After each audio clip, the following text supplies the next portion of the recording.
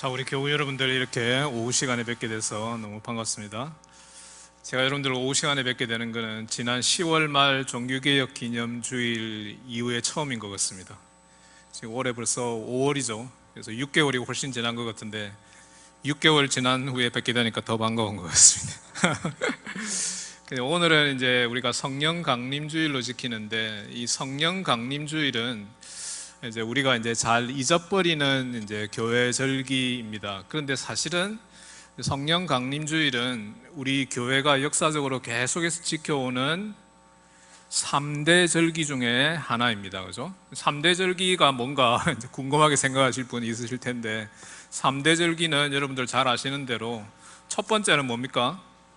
성탄절, 그죠? 예수님이 태어나셨고, 그 다음에 두 번째는 부활절, 예수님이 십자가에 죽으셨다가 다시 살아나셨고 부활절, 그 다음에 세 번째가 바로 이 성령 강림절입니다. 그래서 이제 교회에서 성탄절과 부활절은 열심히 지키고, 이제 그거는 뭐 아주 행사도 많이 하고 막 그러는데, 성령 강림주일은 이게 있는지 없는지도 모르는 게 우리 현실입니다. 그죠? 그래서 이거는 좀 우리가 회개해야 될 대목이다라고 생각합니다. 왜냐하면은 예수님께서 십자가에 달려 돌아가시고 부활하시고 난 다음에 승천하시고 예수님 대신에 성령, 보혜사 성령을 보내주셨잖아요.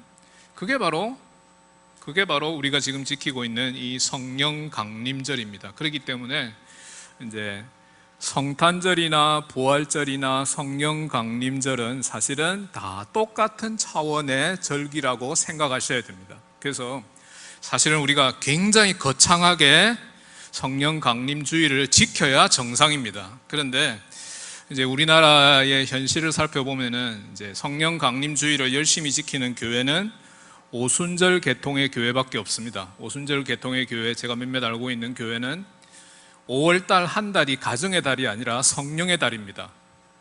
무슨 말인지 이해가 되십니까? 그래서 뭐 집회도 하고 뭐 강의도 하고 뭐 굉장히 뜨겁게 5월달 한 달을 성령 강림의 달로 지키고 있는 교회들도 우리나라에 있습니다. 그런데 이제 우리 장로교회는 사실은 이 소중한 이제 성령 강림절을 있는지 없는지도 모르고 지나간다라고 하는 것은 결국은 우리한테 손해입니다. 그래서 이제 우리가 성령 강림주의를 맞이해서 뭐 다른 거 특별히 할 수 있는 건 아니고, 이제 성령 하나님이 어떤 분이신가, 그리고 성령 하나님이 어떤 일을 하시는가, 성령의 인격과 사역에 대해서 이제 너무 길게 할 수는 없고, A4 용지 앞뒤로 한 장, 이게 다 받으셨죠? 이렇게 간단하게 살펴보도록 하겠습니다. 물론 이제 아주 간단한데, 이제 여러분들이 필요하시면은 여기에다가 노트를 하셔도 되고, 또 자유롭게 활용하시면 되겠습니다. 자, 먼저 한번 살펴보겠습니다. 성령 하나님은 누구인가? 그것에서부터 시작합니다. 먼저 이제 이 성령 하나님이 누구인가를 알기 위해서는 다른 데서 출발해서는 안 됩니다. 바로 이제 우리가 가지고 있는 이 신구약 성경에서부터 출발합니다. 그래서 구약 성경에서부터 출발하면은, 제가 이제 올해 들어가지고 이제 창세기를 계속해서 살펴보고 있는데, 창세기를 제가 뚜벅뚜벅 걸어가고 있습니다. 이제 겨우 11장까지 왔습니다. 그래서 여러분들 이제 제가 설교하는 걸 들으시면서, 목사님 느려도 너무 느립니다, 거북이보다도 훨씬 더 느립니다 라고 생각하실지 모르겠는데, 원래 성경은 느린 책입니다. 원래 성경은 슬로우 북입니다. 여러분들 슬로우 푸드가 몸에 좋다 그러잖아요, 그죠? 이 슬로우 북이 진짜 몸이 좋은 거예요. 너무 빨리빨리 먹으면 다 체하게 돼 있습니다. 그래서 우리 영도 마찬가지입니다. 우리 영도 막 급하게 먹으면 결국은 그게 다 토해낼 수밖에 없어요. 천천히 먹어야 우리 영도 살찌고 우리 영도 제대로 될 수 있는 것입니다. 그래서 목사님 그 강해 설교 안 하고 주제별로 좀 알아서 좀 하시면 안 되겠습니까? 은혜 받으시는 대로 설교하시면 안 되겠습니까? 물론 이제 그것도 좋은 제안입니다. 그런데 이제 사실은 우리가 성경 말씀이 얼마나 소중한 하나님의 말씀인가라고 하는 것을 우리가 잘 깨달을 수 있도록 이제 성경 강해로서 이제 설교를 하고 있는데, 그게 사실은 우리가 가지고 있는 개신교 전통의 아주 소중한 유산입니다. 우리 개신교는 그렇게 설교를 해왔었습니다. 근데 이제 20세기 와서 이 전통이 무너지고 복음주의 전통이 자리를 잡게 되면서 이제 설교자가 원하는 대로 텍스트를 정해가지고 설교를 했는데, 사실은 그거는 어떻게 보면은 이제 우리 교회의, 우리가 원래 물려받은 우리 개혁 교회의 유산은 아니다라고 말할 수 있습니다. 그래서 원래 개혁교회의 유산으로 돌아간다는 의미에서 제가 강해 설교를 하고 있습니다. 그런데 이제 다시 돌아와서 이제 구약의 성령을 보면은, 구약의 성령이 어떤 분인가라고 할 때 제일 먼저 이야기할 수 있는 거는 우리가 창세기 1장을 살펴봤던 대로 창조의 영이다. 그래서 창세기 1장 2절에 이제 하나님의 영이 수면 위에 운행했다라고 할 때 그 말은 하나님이 창조하시는 영이다라고 하는 것을 생각할 수 있고, 그 다음에 이 하나님은 이제 창조의 영일 뿐만 아니라 섭리의 영으로서 이 세상 모든 만물에 생명을 주시는 영이다라고 하는 것을 우리가 알 수 있습니다. 시편 104편 29b 그 다음에 30절에 쭉 하나님의 영이 이 세상을 창조하시고 이 세상의 모든 것들에 생명을 부어서 새롭게 하시는 것을 우리가 성경을 통해서 알 수 있습니다. 그리고 하나 더 넘어갔습니다. 잘 안 되네요. 성령이 지혜의 영이다라고 하는 게 이제 이사야 11장 2절에 오늘 아침에 우리가 함께 읽은 이제 교동문 제일 처음에 나왔었는데, 성령이 지혜의 영이다라고 하는 것을 이야기하고 있습니다. 그래서 출애굽기 31장 2절에서부터 4절을 읽어보면, 내가 유다지파 후울의 손자요 우리의 아들인 브살레를 지명하여 부르고 하나님의 영을 그에게 충만하게 하여 지혜와 총명과 지식과 여러 가지 재주로 정교한 일을 연구하여 금과 은과 노스로 만들게 하여. 그랬는데 이 구절이 의미하는 바는 뭔가 하니까, 이스라엘 백성들이 지금 이제 출애굽 해가지고 회막을 짓는데 회막에 들어갈 여러 가지 물건들, 여러 가지 장식물들, 그것들을 만드는 지혜를, 그 정교하게 만들 수 있는 지혜를 브살렐에게 하나님께서 주셨다. 그런데 지혜의 영을 그에게 주셔가지고 이 모든 것들을 다 만들게 하셨다라고 하는 것을 이야기합니다. 그런데 브살렐만 그런 영을 받은 게 아니라 바로 뒤에 이제 31장 바로 그 다음에 나오는데, 오홀리압이라는 사람도 이러한 지혜의 영을 받았다라고 하는 것을 이야기하고 있습니다. 그리고 성령이 어떤 영이냐라고 할 때 또 계시의 영이고 예언의 영이다라고 하는 것을 예언의 영이다라고 하는 것을 생각할 수 있습니다. 예언의 영이다라고 할 때 여호와께서 구름 가운데 강림하사 모세에게 말씀하시고 그에게 임한 영을 70장로에게도 임하게 하시니 영이 임하신 때에 그들이 예언을 하다가 다시는 하지 아니하였더니, 이 말은 무슨 말인가 하니까, 모세뿐만 아니라 모세를 따르는 장로들에게도 예언의 영이 임했다. 그래서 모세도 예언했을 뿐만 아니라 이 사람들도 예언했었다. 그런데 아무 때나 예언하는 것이 아니고 예언의 영이 임할 때만 이들이 예언을 했다라고 하는 것을 기록하고 있습니다. 또한 성령은, 제가 앞에 슬로우를 말씀드려 놓으니까 진짜 오늘 슬로우하네요. 그죠? 안 넘어가요. 저는 성격이 굉장히 급한 사람입니다. 경상도 사람들 대부분 다 그렇죠.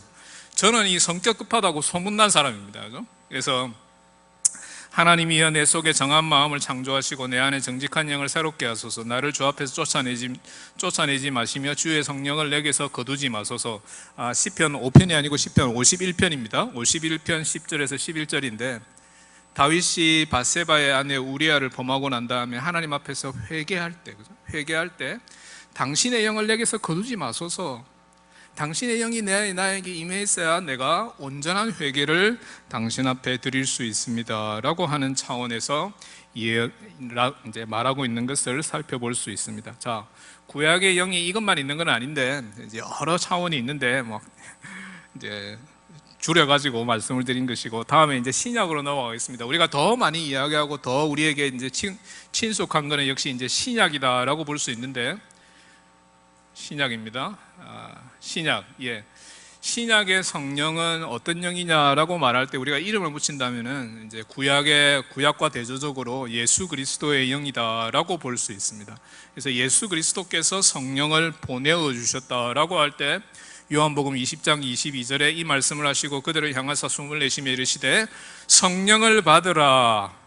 그리고 사도행전 16장 7절에 무시아 앞에 이르러 비두니아로 가고자 했으되 예수의 영이 허락하지 아니하시는지라. 이거는 무슨 말인가 하니까, 이제 사도 바울이, 그죠? 사도 바울이 무시아라는 곳, 그러니까 지금 터키죠, 그죠? 지금 터키에 이제 유럽으로 건너가는 관문쯤 되는 곳인데, 거기에서 원래 어디로 가려고 했는 거 하니까 원래는 유럽으로, 그러니까 헬라 지역으로, 그리스로 가려고 하지 않고 어디로 가려고 했는 거 하니까 오히려 소아시아 북쪽 지역으로 가려고 했었습니다. 그 소아시아 북쪽 지역 지명 중에 하나가 비두니아라는 곳입니다.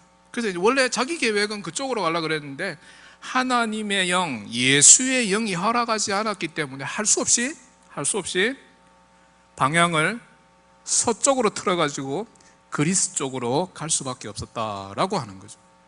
그게 이제 사도 바울의 전도 여행이 사실은 우리가 알고 있는 대로 1차, 2차, 3차 전도 여행이 된다라고 할 때 그게 원래 계획은 오히려 소아시아 쪽으로 가는 것이었습니다. 그래서 사도 바울은 그렇게 생각하고 있었습니다. 근데 예수의 영이 가로막고 아니야, 그리 가는 게 아니다. 이쪽으로 가야 된다. 반대 방향으로 가야 된다. 유럽 쪽으로 가야 된다라고 해서 복음이 결국은 그쪽으로 전달되기 시작한 것을 우리가 잘 알고 있습니다. 자, 성령이 예수 그리스도의 영이다라고 할 때 그는 또한 구원의 영입니다. 빌립보서 1장 19절입니다. 이것이 너희의 간구와 예수 그리스도의 성령의 도우심으로 나를 구원에 이르게 할 줄 아는 거로. 성령의 도우심이 있어야 우리가 구원을 받을 수 있다. 그렇기 때문에 성령은 구원의 영이다라고 하는 것을 말할 뿐만 아니라 구원에 있어서 성령은 또한 양자의 영이 되신다. 로마서 8장 15절 말씀입니다. 너희는 다시 무서워하는 종의 영을 받지 아니하고 양자의 영을 받았으므로 우리가 아빠 아버지라고 부르짖느니라 라고 사도 바울이 분명하게 고백하고 있습니다. 우리가 하나님을 아버지라고 부를 수 있는 것도 결국은 양자의 영이신 성령의 역할이다 라고 하는 것을 분명하게 이야기하고 있습니다. 또 우리가 잘 아는 내용입니다. 성령이 어떤 영이냐라고 할 때 그는 영생의 영이고 생명의 영입니다. 디도서 3장 5절에서부터 6절 우리 구주 예수 그리스도로 말미암아 우리에게 그 성령을 풍성히 부어주사 우리로 그의 은혜를 힘입어 의롭다 하심을 얻어 영생의 소망을 따라 상속자가 되게 하려 하심이라. 성령이 우리에게 영생을 주시는 영이다 라고 하는 것을 이 성경이 우리에게 분명하게 말하고 있습니다. 마지막으로 성령은 우리에게 구원을 허락해 주실 뿐만 아니라 그 구원을 우리에게 인쳐 주시는 분이다. 인치심의 영이다 라고 하는 것을 말합니다. 그렇기 때문에 우리가 한 번 받은 구원이 그게 나중에 뭐 이렇게 지워지거나 사라지거나 무효화되는 것이 아니라 한 번 받은 구원은 끝까지 유효하다. 그래서 성령께서 우리의 구원을 보증해 주신다라고 할 때 이 인치심이라는 표현을 사용하고 있는데, 이거는 제가 아까 우리 그 청년 가운데 이제 이상준 군이 있는데 이상준 군이 물어봤는데 제가 어떻게 설명을 했는가 할까 이렇게 설명을 했었습니다. 옛날에 로마 시대는 이제 주인이 노예를 잡아오면은 노예를 잡아와 가지고 제일 먼저 뭘 하는지 여러분들 아십니까? 혹시 영화 많이 보신 분들은 아실 텐데 뭘 하는 거 하니까 그 노예를 잡아오면은 이 노예가 내 소유다라고 하는 것을 증명하고 확인하기 위해서 이 도장을 찍습니다. 그죠? 노예 몸에다가 도장을 찍는데 그냥 찍는 게 아니고 어떻게 찍습니까? 불로 달고 가지고 팍 찍습니다. 그죠? 그러니까 물론 뭐 엄청나게 아프겠죠. 불로 달고 가지고 찢으니까. 그런데 이제 그게 이 노예는 내 소유다라고 하는 것을 확실하게 하는 거죠. 다른 사람 뭐 절대 건드리지 못하도록 확실하게 하는 차원에서 그 인을 친다라고 하는 것인데, 성령께서 우리가 하나님의 백성이 되고 우리가 하나님으로 말미암아 구원받았다라고 하는 그 사실을 그렇게 분명하게 확실하게 인치시고 보증해 주신다라고 하는 것을 말하는 것이 고린도후서 1장 22절 말씀입니다. 그가 또한 우리에게 인치시고 보증으로 우리 마음에 성령을 주셨느니라. 에베소서 1장 13절 14절에도 동일한 내용을 말씀하고 있습니다. 그렇다면은 종합을 하면은 구약과 신약에 나타난 성령은 하나님의 영이요 예수 그리스도의 영이신데, 그거를 이야기하고 있는 게 진리의 영, 그 다음에 종말의 영이 있는데 좀 건너뛰도록 하겠습니다. 너무 빨리 나가는데 성령이 하나님의 영이시요 또 예수 그리스도의 영이다 라고 할 때 로마서 8장 11절 말씀입니다. 잘 보십시오. 예수를 죽은 자 가운데서 살리신 이의 영이 너희 안에 거하시면은, 예수를 죽은 자 가운데 살리신 이가 누굽니까? 하나님이시죠. 그의 하나님, 그 하나님의 영이 너희 안에 거하시면은 그리스도 예수를 죽은 자 가운데서 살리시니가 너희 안에 거하시는 그의 영으로 말미암아. 여기 말하는 그의 영이라고 하는 것은 예수 그리스도의 영입니다. 그래서 하나님의 영일 뿐만 아니라 또 예수 그리스도의 영이신 그 영으로 말미암아, 그 성령으로 말미암아 너희 죽을 몸도 살리시리라. 로마서 8장 11절이 분명하게 이야기하고 있는데 로마서 8장 9절도 그거를 이야기하고 있는 것을 볼 수 있습니다. 자, 그렇다면은 성경이 이렇게 정리를 하고 있는데 우리가 삼위일체를 우리가 성령 하나님을 어떻게 이해할 수 있는가? 이제 거기에서 제일 중요한 것은 삼위일체를 이해하는 것입니다. 이제 삼위일체 하나님을 이야기한다라고 할 때 우리 대부분의 성도들은 굉장히 어렵게 생각합니다. 이건 너무 어려운 것 같아서 절대 이야기하면 안 되는 이제 교리 중에 하나다라고 생각하는데 이제 그거는 비밀스러운 교리가 되어서는 안 됩니다. 우리 기독교는 지난번에 말씀드렸는지 모르겠는데 밀교가 아닙니다. 삼위일체 교리는 그냥 신학생들이나 목사님들만 아는 교리가 되어서는 안 됩니다. 옛날에 이제 하나 참고로 말씀을 드리면은 옛날에 처음에 이제 교회가 왕성하게 일어났을 때, 그러니까 한 300년대쯤에는 평신도들이 다 삼위일체 하나님을 너무나 잘 알고 삼위일체 하나님을 마음속에서 계속해서 고백했었습니다. 그래서 어떤 이야기가 있는 거니까 이런 이야기가 있습니다. 생선을 파는 장사하는 사람들도 삼위일체 하나님을 논했다. 그래서 생선을 팔면서 그냥 생선만 파는 게 아니라 삼위일체 하나님이 누구인가를 다 논했다라고 하는 것입니다.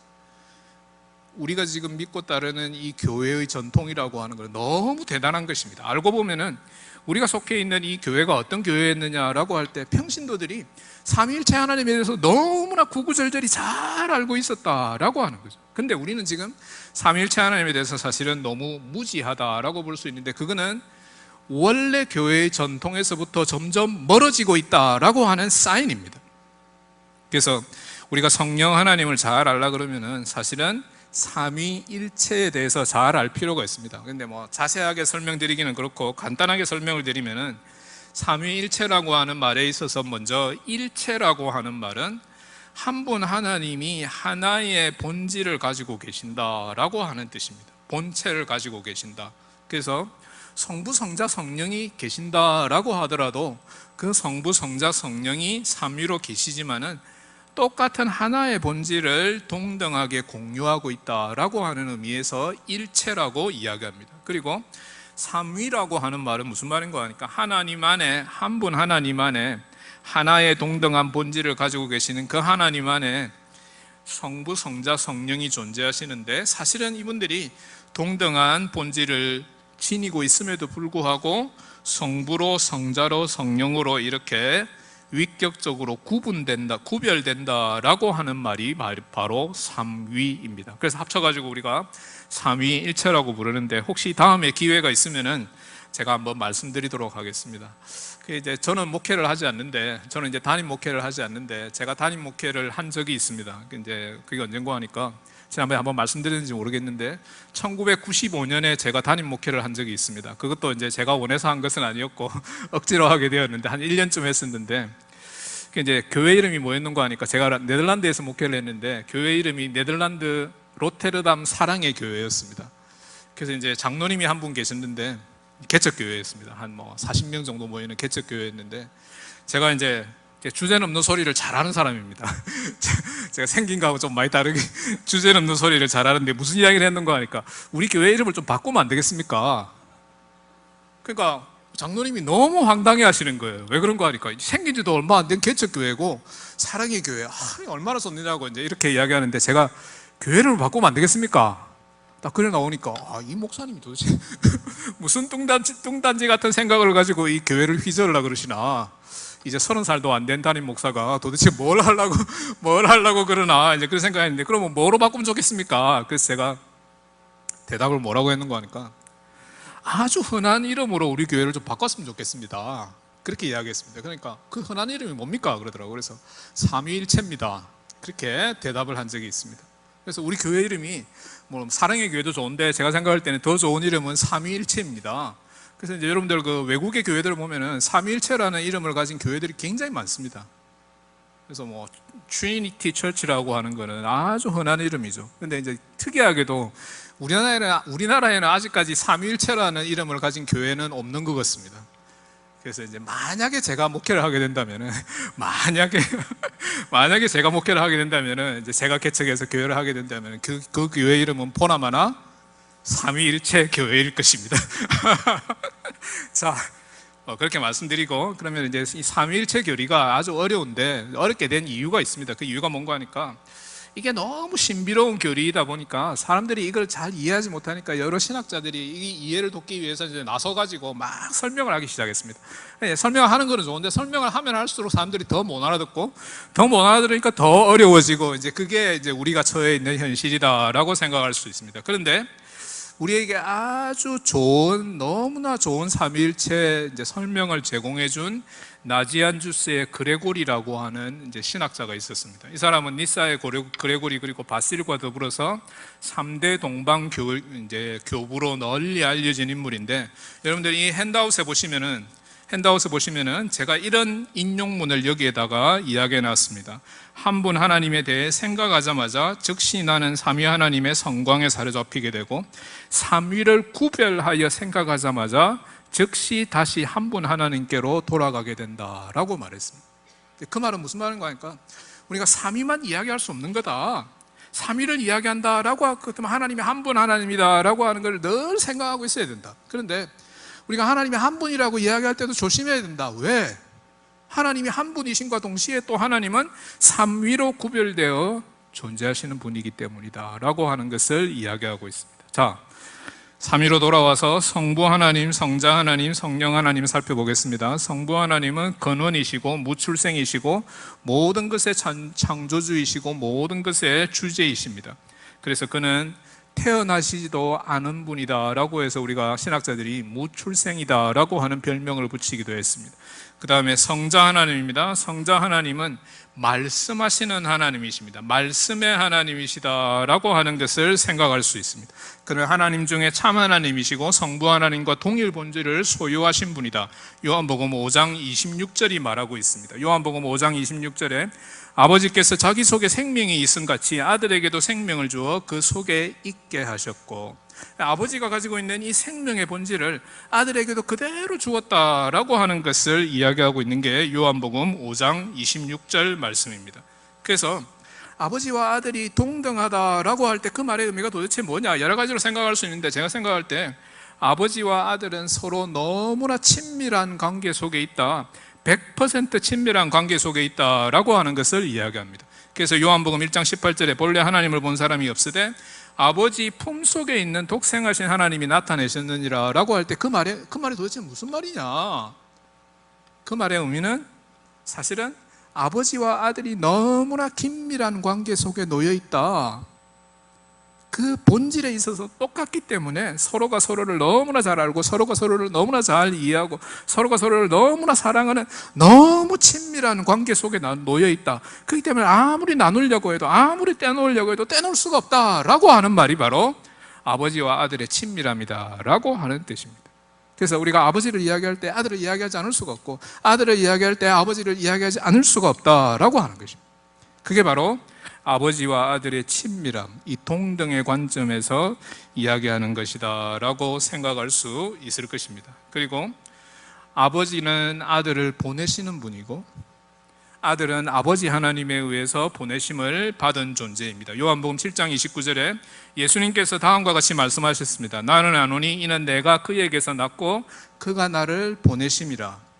아버지 하나님이 아들을 낳으셨고 아버지 하나님께서 아들을 보내어 주셨다라고 하는 것을 이야기하고 있는 것을 볼 수 있습니다. 그런데 이제 우리가 불필요한 오해를 하는 경우가 많이 있습니다. 그게 뭔가 하니까 여기 이제 피오르의 요아킴이라고 하는 중세 신학자의 사진을 제가 걸어놨는데, 이 사람이 이야기한 게 뭐였는가 하니까 이런 겁니다. 그죠?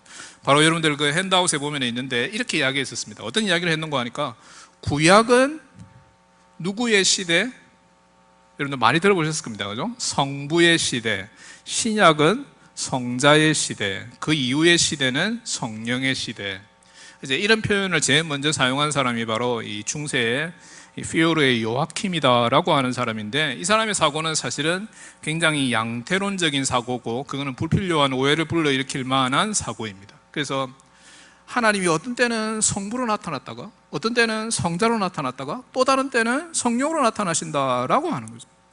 그 말은 또 달리 말하면 무슨 말인가 하니까, 하나님이 지금 우리 시대에는 성령으로만 나타나신다. 근데 그거는 잘못 생각하는 거죠. 전적으로 잘못 생각하는 겁니다.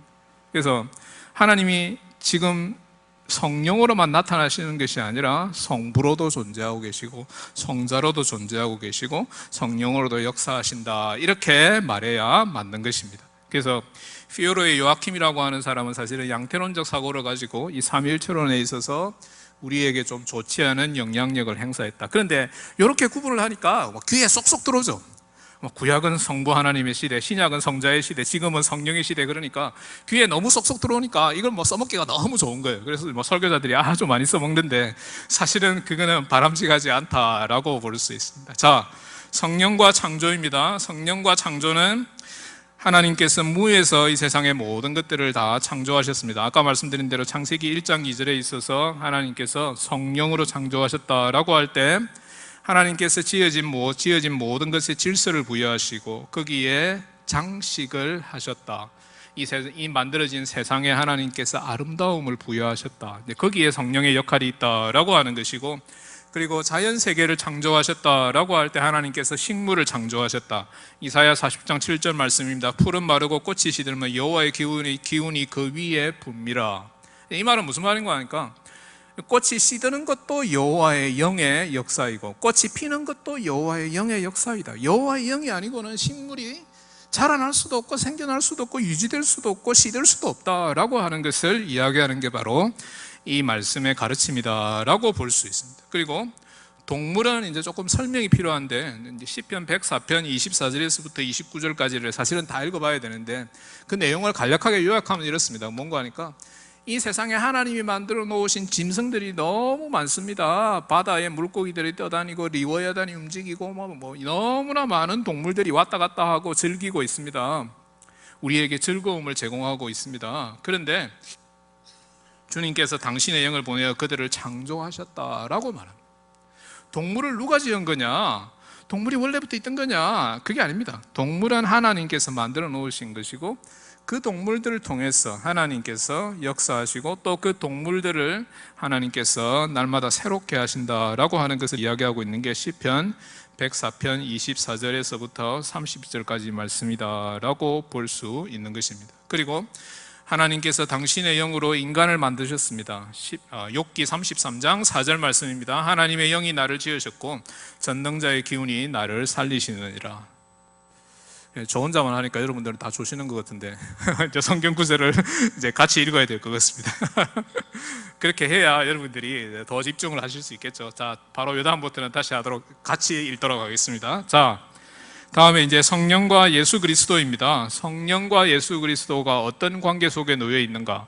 우리 성령 강림을 이해하는 데 있어서 너무나 중요한 부분입니다. 성령은 주체로서 예수 그리스도를 성육신하도록 하셨습니다. 예수 그리스도의 성육신의 주체가 바로 성령 하나님이십니다. 그래서 마리아가 천사에게 내 같은 사람이 어떻게 하나님의 아들을 잉태할 수 있겠습니까? 라고 물었을 때 천사가 대답하여, 자, 같이 읽겠습니다. 누가복음 1장 35절 말씀입니다. 같이 읽습니다. 큰 소리로 시작. 천사가 대답하여 이르되 성령이 내게 임하시고 지극히 높으신 이의 능력이 너를 덮으리니 이러므로 나실 바 거룩한 이는 하나님의 아들이라 일컬어지리라. 예, 감사합니다. 그래서 예수 그리스도의 성육신을 가능하게 한 것은 바로 하나님의 영이신 성령의 역할이다라고 말할 수 있고, 예수 그리스도의 부활도 마찬가지입니다. 로마서 1장 4절 말씀입니다. 이번에는 저 혼자 읽겠습니다. 성결의 영으로는 죽은 자들 가운데서 부활하사 능력으로 하나님의 아들로 선포되셨으니 곧 우리 주 예수 그리스도시라.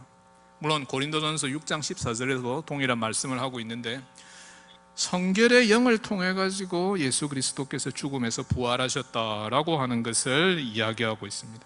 그래서 우리가 성령이 결국은 예수 그리스도가 이 땅에 오시도록 하셨고, 예수 그리스도가 십자가에 달려 돌아가셨다가 부활하도록 하셨다라고 하는 것을 말할 수 있을 뿐만 아니라, 보혜사 성령을 보내주시는 분이 바로 예수 그리스도이다라고 우리가 성경을 통해서 알고 있습니다. 요한복음 15장 26절 말씀입니다. 함께 읽겠습니다. 시작.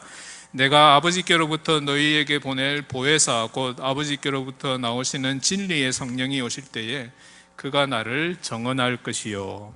그래서 여기 이제 보혜사라고 하는 단어는 요즘 단어로 바꾼다라고 할 것 같으면 뭐가 제일 적합한 거 하니까 변호인이 제일 적합합니다.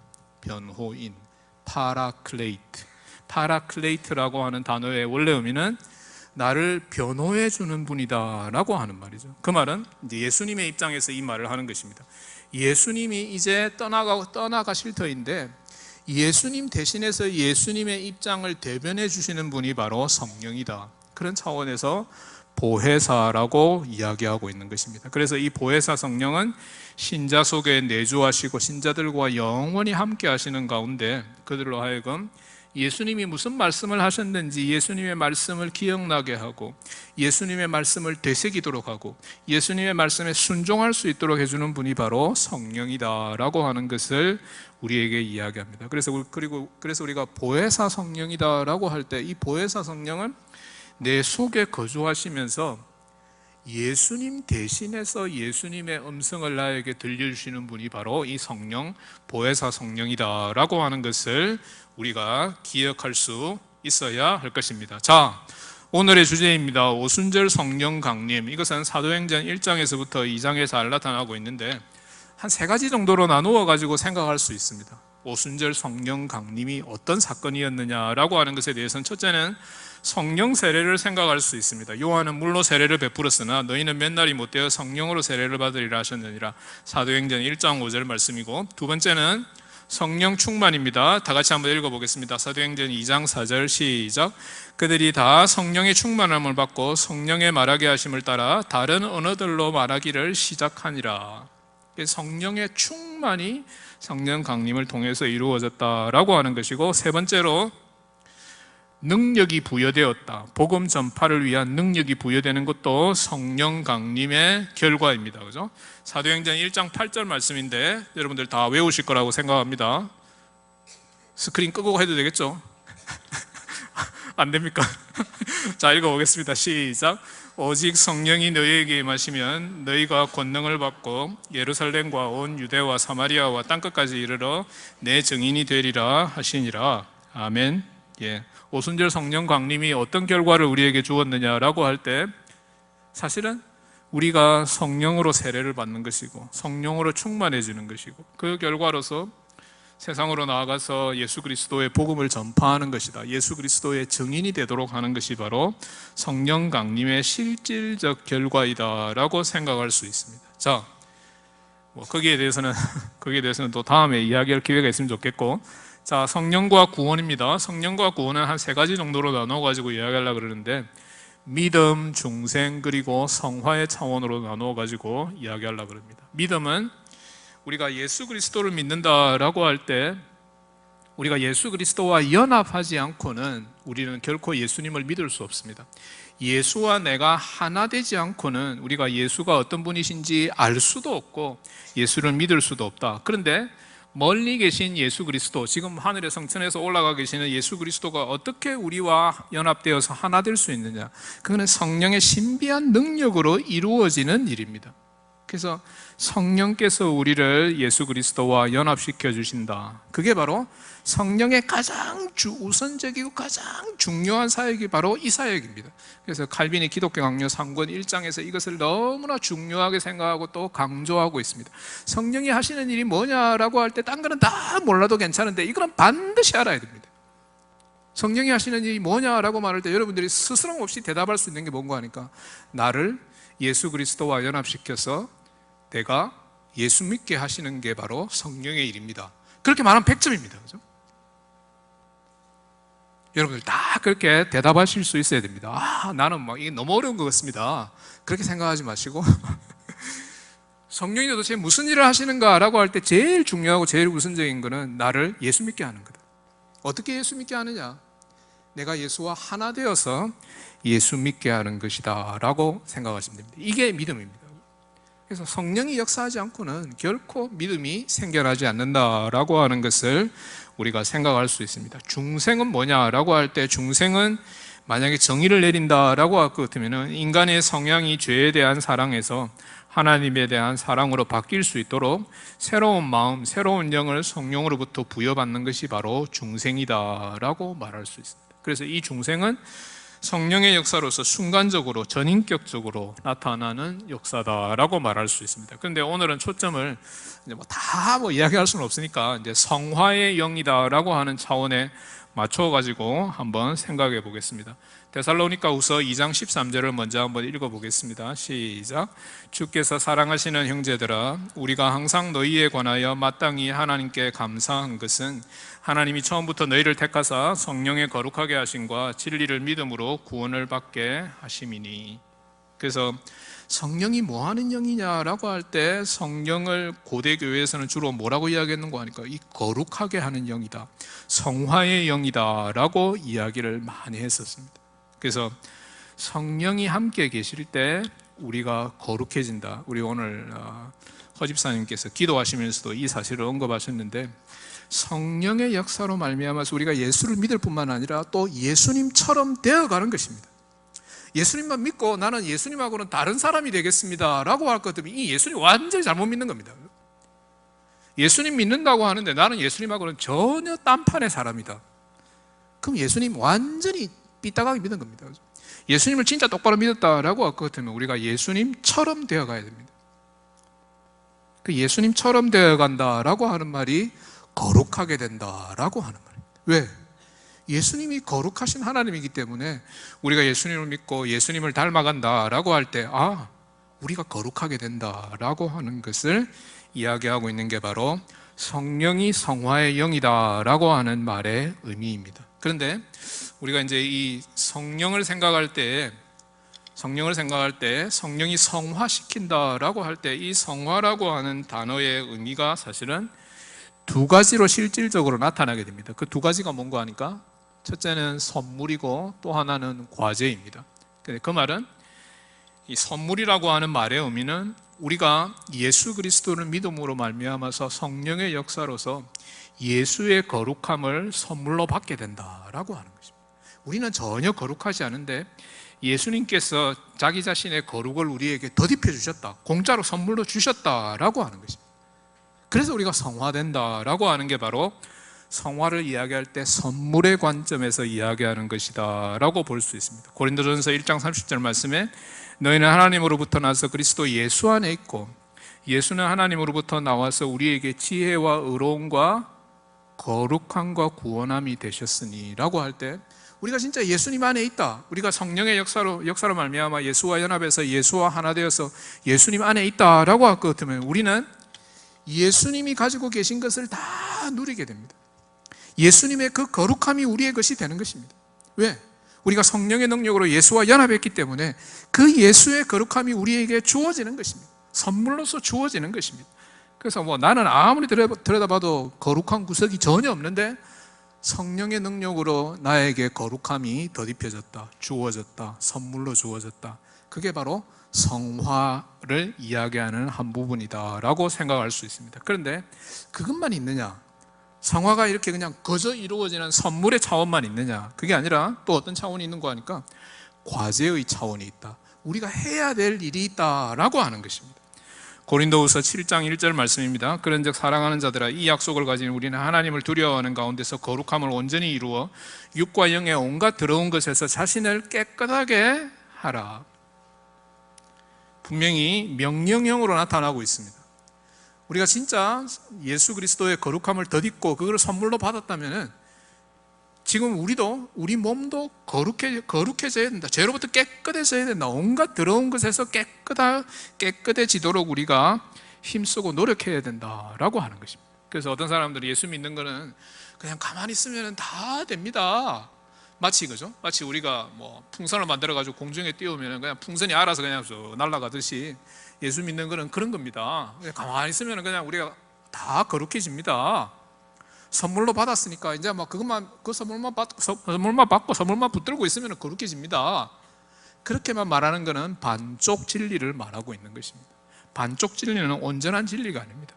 우리가 그렇게 이제 거룩함을 선물로 받았다라고 할 것 같으면은 그 거룩함을 우리 가운데서 이루어 가도록 하기 위해서 우리가 노력하고 애를 써야 된다라고 하는 거예요. 사실은 우리가 성화를 이야기할 때 이 부분을 더 많이 강조하고 있는 것이 사실입니다. 그렇지만은 우리는 이 둘 다, 그러니까 성화가 이제 선물로서의 성화의 차원도 있고 과제로서의 성화의 차원도 있다라고 할 때 그 둘 다 성령의 역사로 이루어지는 것이고, 그렇기 때문에 이 둘을 균형 있게 강조해야 됩니다.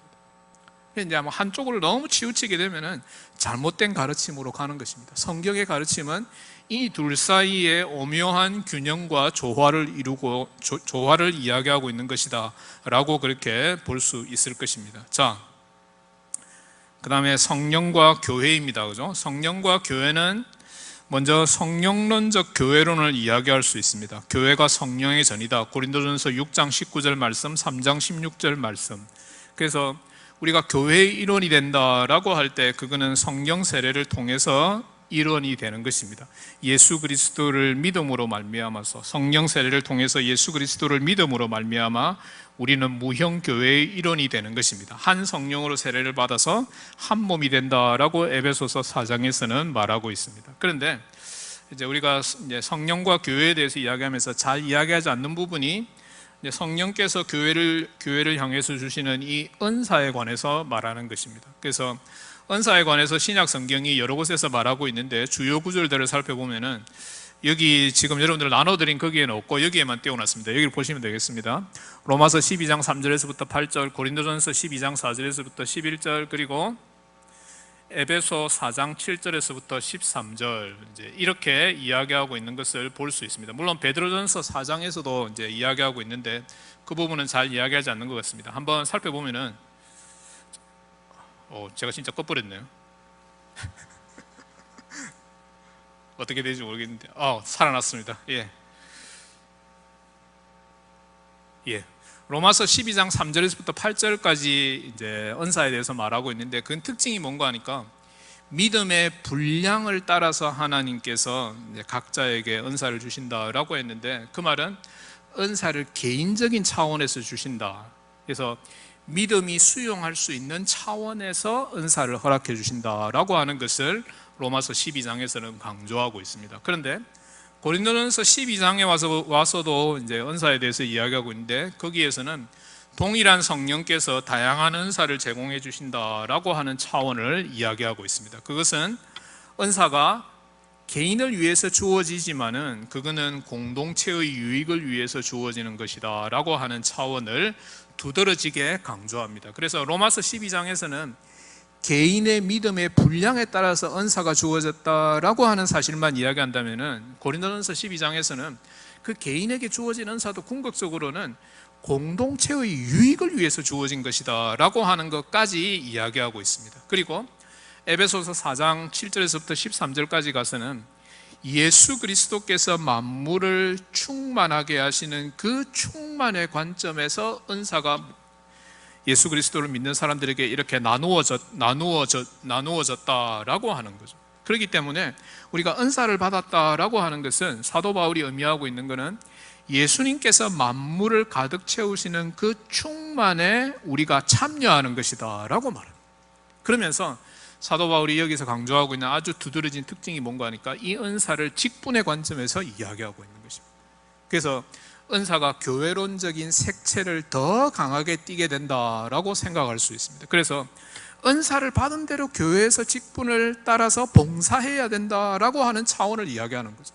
그래서 여러 다양한 직분을 주셨다. 교사로도 세우시고 목사로도 세우시고 선지자로도 세우시고 여러 다양한 직분을 주셨다라고 할 때 그 직분을 받아서 도대체 뭘 해야 되느냐? 교회를 세워야 된다. 물론 맞습니다. 그죠? 그런데 그보다 더 중요한 게 뭔가 하니까 그 직분을 통해서 하나님께서 은사를 주셔서 우리로 하여금 예수 그리스도의 그 충만에 참여할 수 있도록 하는 것이 바로 은사의 역할이다라고 말합니다. 그래서 에베소서 4장은 사실은 은사를 이야기하면서 전적으로 기독론적 관점에서 이야기하고 있는 게 아주 중요한 특징이다라고 생각할 수 있습니다. 자, 그래서 은사는 성령론과 교회론의 연결고리라고 저는 많이 주장합니다. 그래서 초대교회 성령 강림의 결과로 주어진 은사, 그거는 그리스도께서 부활하심으로 사탄의 세력을 물리치고 성령께서 교회 세움을 시작하셨음을 알리는 일종의 신호탄이다라고 생각할 수 있고, 그 다음에 모든 시대의 모든 교회에 주어지는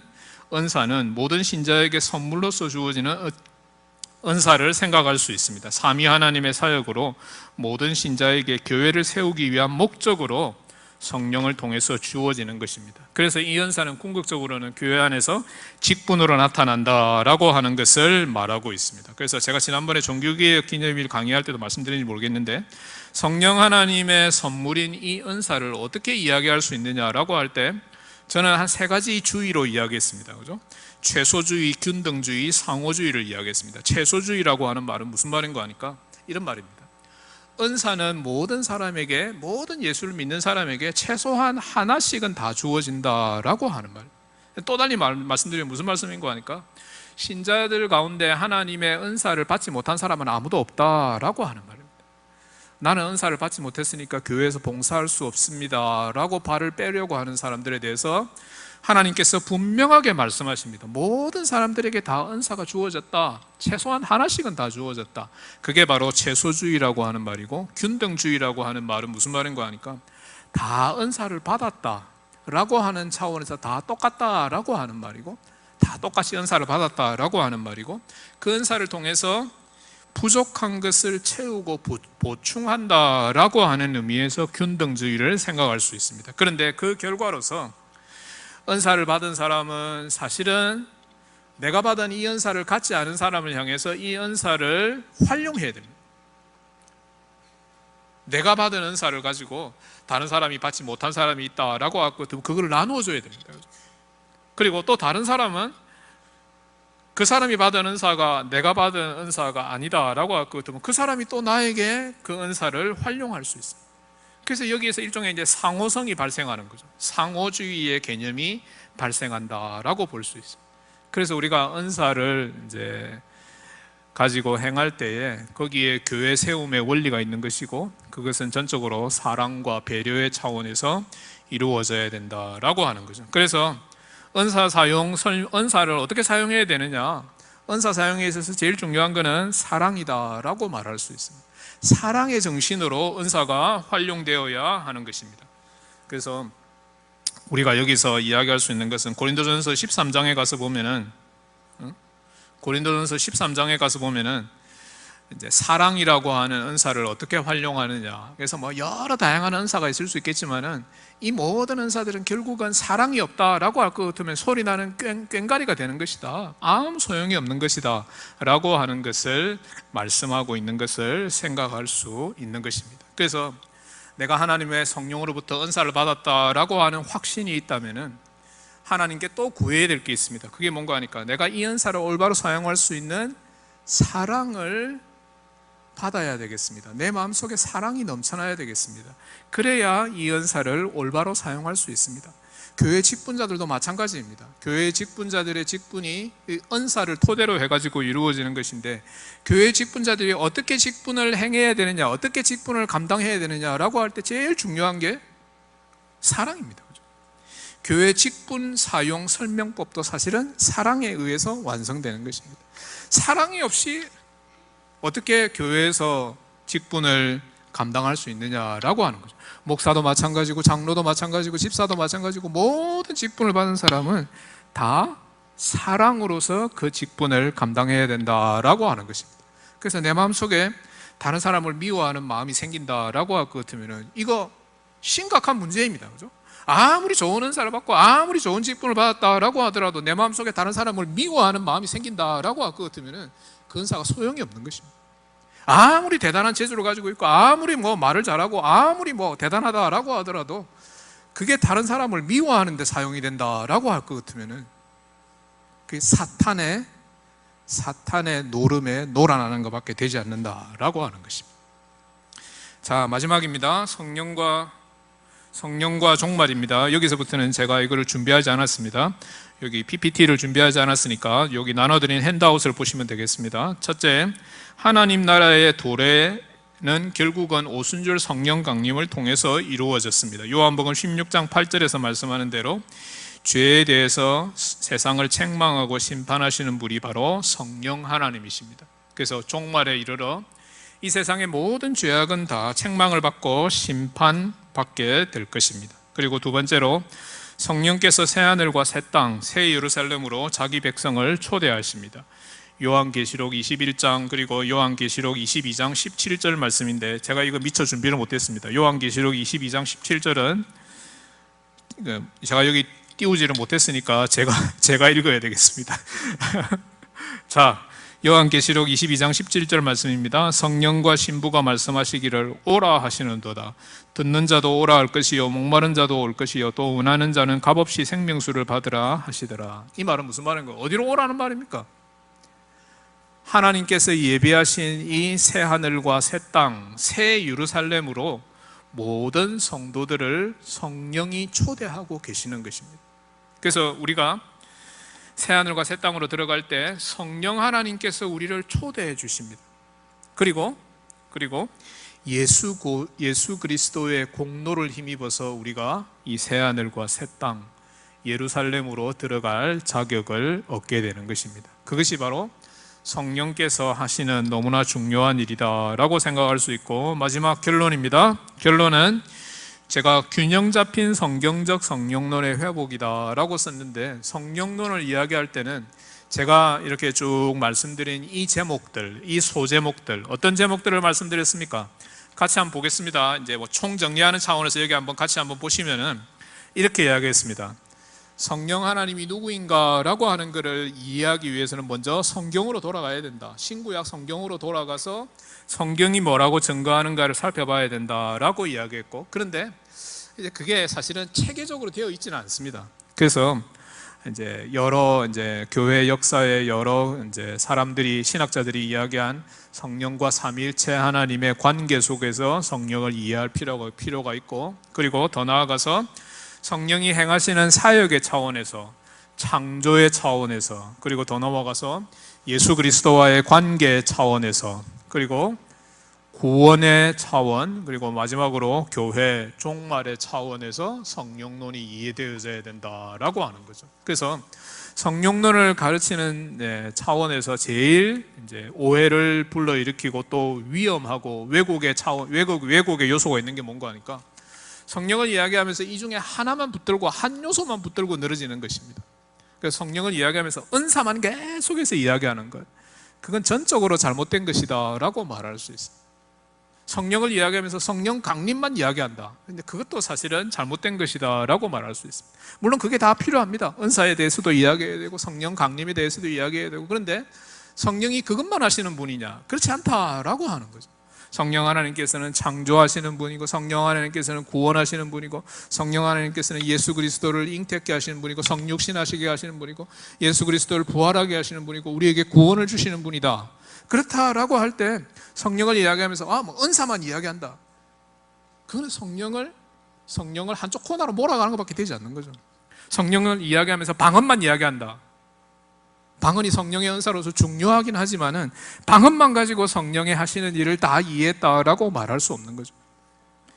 성령을 이해한다라고 할 때 성경적 성령론의 차원에서 균형이 중요하다, 조화가 중요하다라고 말할 수 있습니다. 그래서 성령이 하시는 일이 곧 하나님께서 하시는 일이고, 성령이 하시는 일이 곧 우리 인류의 시작과 구원과 완성의 모든 것을 다 알려주시는 일이다라고 할 때, 제가 오늘 오전에 설교하면서 말씀드렸는데, 우리가 진짜 성령 하나님을 잘 알고 잘 깨닫고 그분을 확신하고 그분을 사랑하고 그분과 친밀한 교제 속에 들어간다라고 할 것 같으면은 우리의 삶이 너무 풍성해질 것이다. 우리가 받은 구원이 얼마나 소중하고 얼마나 아름답고 얼마나 대단한 것인가라고 하는 것을 우리가 너무나 잘 깨닫게 될 것이고, 우리의 삶, 신자로서의 이 삶이 정말 기쁘고 즐겁고 행복하고 감사하는 삶이 될 것이다 라고 하는 것을 확신하게 됩니다. 왜 우리가 신앙생활을 하면서 활력이 없고, 이게 뭐 그냥 뭐 끌려가는 거 없고, 뭐 주일 되면은 무조건 교회에 가서 앉아 있어야 되고, 안 앉아 있으면은 왠지 이게 뭔지 모르게 불안하고 막 강박관념이 오고, 그래서 뭐 무슨 일이 있더라도 그냥 교회는 가야 되는데 안 가면 왠지 죄 짓는 것 같고, 왜 그렇게 강박관념 속에서 신앙생활 하느냐, 왜 억지로 질질 끌려가면서 신앙생활 하느냐, 좀 더 즐겁고 행복하고 기쁘게 신앙생활 못하고 도대체 왜 그러느냐라고 할 때, 그 이유 중에 물론 뭐 다른 이유도 있겠지만은 그 이유 중에 아주 중요한 부분이 우리가 성령 하나님이 누구이신지를 잘 모르고 그가 어떤 일을 하시는지를 잘 모르기 때문에 그런 일이 발생하는 거다라고 하는 거죠. 예를 아까 제가 말씀드린 대로 성령의 은사만 강조하는 성령론에 우리가 익숙해 있다라고 할 것 같으면, 성령의 은사를 내가 못 받았다라고 생각하면 신앙생활하는 게 아무런 재미가 없는 거예요. 다른 사람은 은사 받아가지고 막 신나게 신앙생활할 때 나는 못 받은 것 같다, 그러니까 나는 처지는 것 같다. 그건 잘못된 거죠. 그렇게 생각할 필요가 없는 것입니다. 그래서 우리가 진짜 성령을 올바르게 이해하고 올바르게 믿고 올바르게 사랑하고 따르게 될 때 우리 신앙생활이 더욱 풍성해질 것이다. 그래서 요한복음 7장 37절 이하에서 이렇게 예수님께서 말씀하셨습니다. 여러분들 잘 알고 계시는 말씀일 텐데, 요한복음 7장 37절 이하에서 예수님께서 6월절에 모인 사람들을 향해서 이렇게 말씀하셨죠. 잘 아시는 말씀입니다. 이렇게 말씀하셨습니다. 명절 끝날 곧 큰 날에 예수께서 서서 외쳐 이르시되 누구든지 목마르거든 내게로 와서 마시라. 나를 믿는 자는 성경의 이름과 같이 그 배에서 생수의 강이 흘러나오리라 하시니. 그 다음 말씀을 잘 들으십시오. 이는 그를 믿는 자들이 받을 성령을 가리켜 말씀하신 것이라. 예수께서 아직 영광을 받지 않으셨으므로 성령이 아직 그들에게 계시지 아니하시더라. 그러니까 우리가 성령을 받게 되면은 그 성령을 더 잘 깨닫고 더 잘 이해하고 그 성령을 신뢰하고 따르게 되면은 우리 배에서 생수의 강이 넘쳐 흘러나오게 될 것이다. 그야말로 신앙생활하는 게 너무 신나고 너무 좋고 너무 즐거울 것이다. 그러면은 목사님 그래 말씀하시는데 왜 이렇게 힘듭니까? 왜 그렇습니까? 왜 이렇게 힘듭니까? 왜 이렇게 신앙생활하는 게 이렇게 힘듭니까? 사탄이 우리를 가만 안 놔두기 때문입니다. 사탄이 제일 싫어하는 게 뭔가 하니까, 사람들이 예수 믿고 신나서 즐겁게 살아가는 거 사탄이 제일 싫어합니다. 절대 가만 안 놔놓습니다. 무슨 일이 있어도 막 끄집어 내려가지고 예수 믿는 게 괴롭도록 만드는 게 사탄이 하는 일입니다. 예수 믿는 게 괴롭도록 만들어가지고 교회를 떠나도록 하는 게 사탄이 하는 일입니다. 근데 성령께서는 그 사탄을 능히 이기시는 분입니다. 왜? 성령이 하나님이시기 때문입니다. 그의 권능으로 사탄을 물리치시고 우리 가운데 참된 행복과 즐거움과 기쁨과 감사를 제공하시는 분이 바로 성령 하나님이다 라고 하는 것을 우리가 믿고 성령 하나님을 더 잘 깨닫고 더 잘 알고 또 그분과 함께 동행하면서 신앙생활하는 우리 모든 민족교회 성도들 다 되시기를 우리 주님의 이름으로 축원합니다.